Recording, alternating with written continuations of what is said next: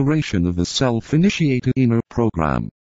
Progress, from the larger angle and from the standpoint of those who see life in terms of ever-enlarging wholes, is from group to group.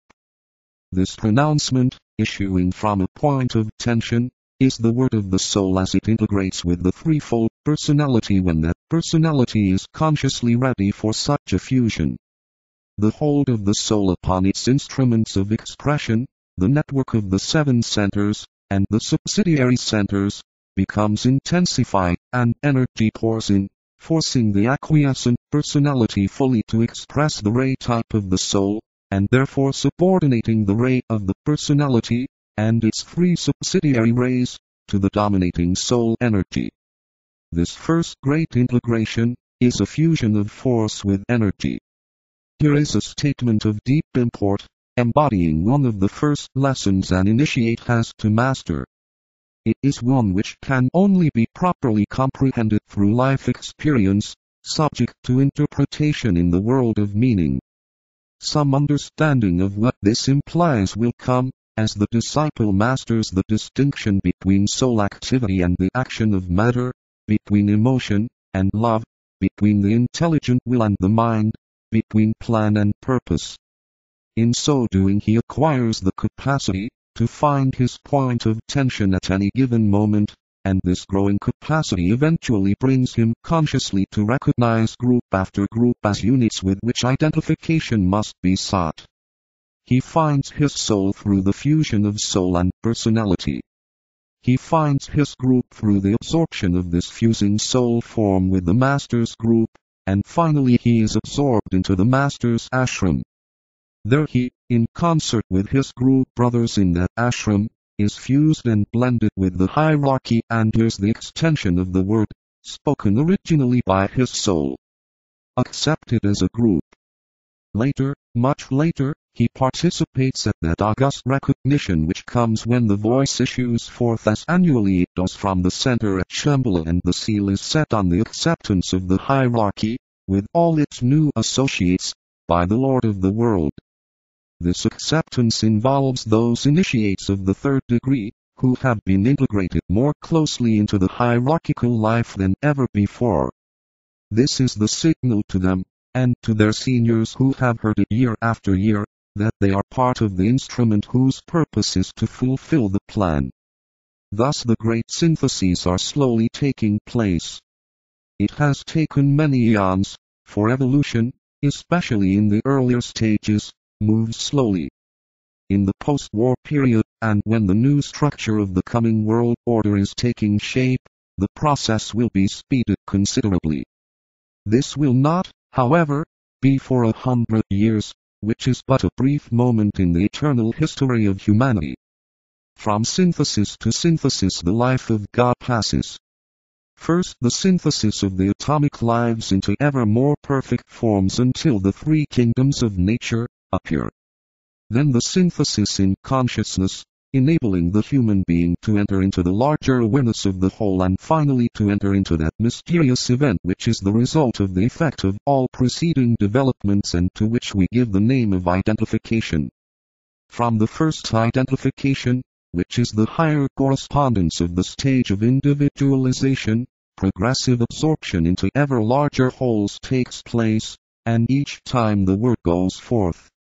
Accepted as a group. Have I succeeded in giving you a somewhat wider vision of the significance of initiation in these brief expositions? Do you see more clearly the growing beauty of the whole, and the goodness of the purpose and the wisdom of the plan? Do you realize more deeply that beauty, goodness and wisdom are not qualities, as their inadequate nomenclature would imply, but are great facts in manifestation? Do you grasp the truth, that they are not descriptive of deity but are the names of lives of a potency and activity of which men can as yet know nothing? Some understanding of this must slowly seep into the mind and consciousness of each disciple as that mind becomes irradiated by soul light in the earlier stages, and later responds to the impact of energy coming from the spiritual triad. Only when this is visioned, even if not understood, will the realization come to the struggling disciple that the words 2. Withdraw not now your application. You could not if you would. But add to it 3 great demands, and forward move are a living command conditioning him whether he will or not. The inability to withdraw from the position taken is one of the first true results of hearing the word spoken after passing the 2 tests. There is an inevitability in living the life of the Spirit which is at once its horror and its joy. I mean just that. The symbol or first expression of this, for all in the 3 worlds is but the symbol of an inner reality, is the driving urge to betterment which is the outstanding characteristic of the human animal. From discontent to discontent he passes, driven by an inner something which constantly reveals to him an enticing vision of that which is more desirable than his present state and experience. At first this is interpreted by him in terms of material welfare. Then this divine discontent drives him into a phase of the struggle, which is emotional in nature. He craves emotional satisfaction, and later intellectual pursuits. All the time this struggle, to attain something ever on ahead, creates the instruments of attainment, gradually perfecting them until the threefold personality is ready for a vision of the soul. From that point of tension the urge and the struggle become more acute, until Rule 1 for applicants is understood by him and he steps upon the path. Once he is an accepted disciple, and has definitely undertaken the work in preparation for initiation, there is for him no turning back. He could not if he would, and the ashram protects him.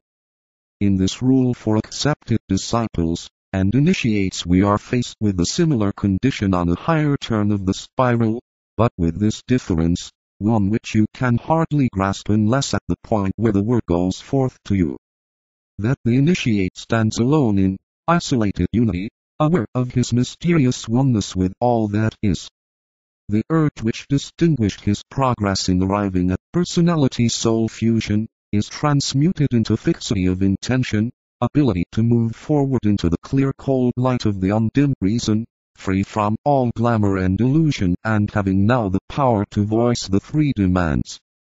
This he can now do consciously and by the use of the dynamic will instead of making application in triple form, as was the case before. This distinction is vital and significant of tremendous growth and development. The initiate has heard the word, which came forth to him when he was irrevocably committed to hierarchical purpose. He has heard the voice from Shambhala just as he earlier heard the voice of the silence, and the voice of his master.